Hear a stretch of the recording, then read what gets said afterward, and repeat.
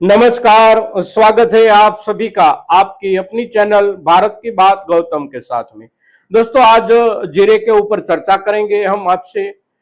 जीरे के हालात इन दिनों में यानी कि पिछले सप्ताह के दौरान भी हम देखें तो गिरावट ज्यादा है और गिरावट के चलते सप्ताह के अंतिम दिन तक में हमारे हाथ में, हमारे किसान भाइयों के हाथ में जो भाव आ रहे हैं हमारे जीरे की पैदावार के, वह भाव है महत्तम 21,000 या फिर उसके ऊपर 200 या 300 रुपये प्रति क्विंटल तक हमारा माल बिकता है। और निचले वाले स्तर की बात करें तो प्रति क्विंटल 17,000 तक भी हमारा माल बिक जाता है।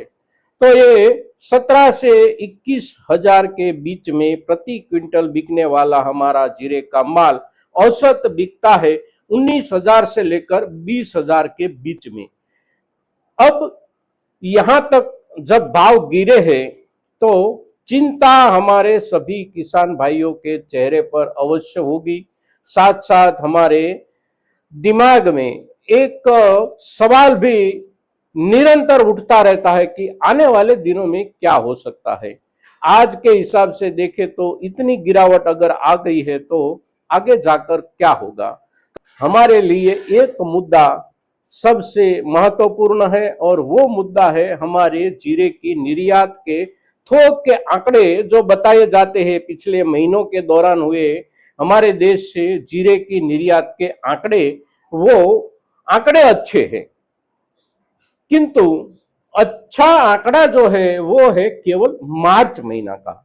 मार्च महीने के दौरान यानी कि मार्च 2025 के दौरान हमारे देश से जो जीरा बाहरी देशों में गया, यानी कि हमारे यहाँ से जो निर्यात हुई जीरे की, उसका थोक बना लगभग 37,000 टन का। तो मार्च के महीने में ये 37,000 टन जीरे का जो निर्यात हुआ, वो निर्यात का आंकड़ा बीता हुआ जो वित्तीय वर्ष था उसी पूरे वर्ष के सभी महीनों में से सबसे ज्यादा था। किंतु फिर अप्रैल के महीने में निर्यात के आंकड़े जो आ रहे हैं वो कुछ चिंताजनक दिखाई दे रहे हैं, क्योंकि अप्रैल के महीने में ही हमारे जीरे पर अफड़ा तफड़ी हुई। हमारे जीरे के भावों में सट्टाबाजी की शुरुआत हुई अप्रैल के महीने में और जीरे को उठाया गया, वहां तक उठाया गया कि बाजार में किसी की भी कल्पना नहीं थी इन दिनों में कि 15 दिनों में या 12-13 दिनों में भावों में इतना उछाल आ जाएगा। और ये उछाल आ गया। अप्रैल का महीना 12-13 तारीख से लेकर 17-18 तारीख तक 4 से 5 दिनों के लिए भाव अपनी हाईएस्ट सपाटी पर रहे, किंतु फिर उसके बाद गिरावट आने की शुरुआत हो गई। भाव जो बढ़े थे यानी कि जो उछाल आए थे, उसी उछाल के पीछे बाजार में सट्टेबाजी का खेल था और सट्टेबाजी के खिलाड़ियों की ओर से ज्यादा दिन उसके ऊपर काम नहीं हो पाया, तो फिर आखिरकार भावों में गिरावट आने की शुरुआत हो गई। तो हुआ ये इन दिनों में कि व्यापारियों ने बाजार से माल खरीदा, हम किसानों से माल खरीदा, और खरीदते वक्त सभी के सभी व्यापारी ने खरीदा तो इसलिए ही होता है ना कि आने वाले दिनों में भाव में बढ़त मिलेगी और बढ़त के साथ हम अपना माल बेचेंगे और उसके ऊपर मुनाफा कमाएंगे। किंतु ऐसा हो नहीं पाया। नहीं हो पाया तो हुआ ये कि ज्यादा से ज्यादा व्यापारी के पास हमारे किसान भाइयों से ऊंचे भाव से माल जमा हो गया।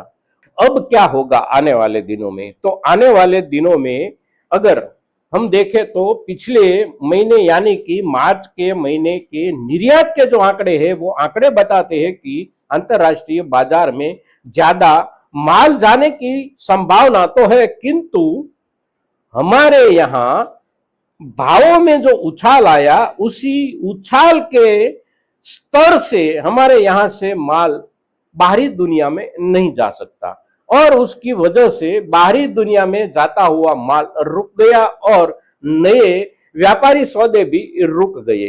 तो स्थिति यह हुई कि खरीदार जो है बाजार में व्यापारी लोग, उनके पास ऊंचे भावों से खरीदा हुआ माल जमा हो गया।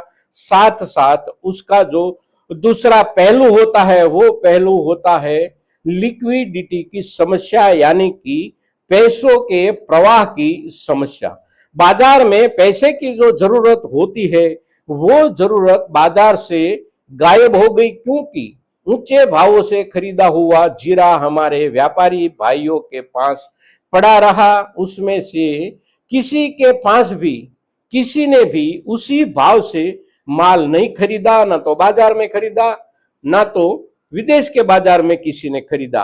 तो हालात ये हो गए हैं पिछले कई दिनों से कि बाजार में सबसे बड़ी समस्या लिक्विडिटी के है, और ये जो लिक्विडिटी की समस्या है उसी समस्या से निपटने के लिए बाजार को कुछ समय चाहिए, कुछ वक्त चाहिए, और ये जो समय चाहिए वो समय बाजार को आने वाले दिनों में मिलेगा, और फिर उसके बाद धीरे धीरे बाजार में उसका असर दिखाई देगा, लिक्विडिटी आएगी बाजार में, और लिक्विडिटी के आधार पर नए व्यापार चलेंगे।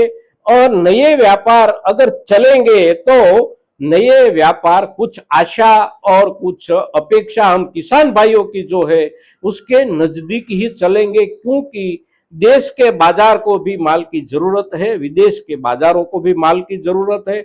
अगर भावों में किसी और से बहुत ज्यादा अफड़ा तफड़ी नहीं होती है और बाजार स्थिर चलता रहता है कुछ बढ़त के साथ, तो आहिस्ता आहिस्ता बढ़त बनी रहेगी, क्योंकि अब हमारे किसान भाइयों के पास न तो ज्यादा माल बचा है और ना ही आज के दिनों में हमारी ओर से थोक बंद माल बाजार में आ रहा है। बाजार में माल की अराइवल में बहुत बड़ी कटौती आ गई है।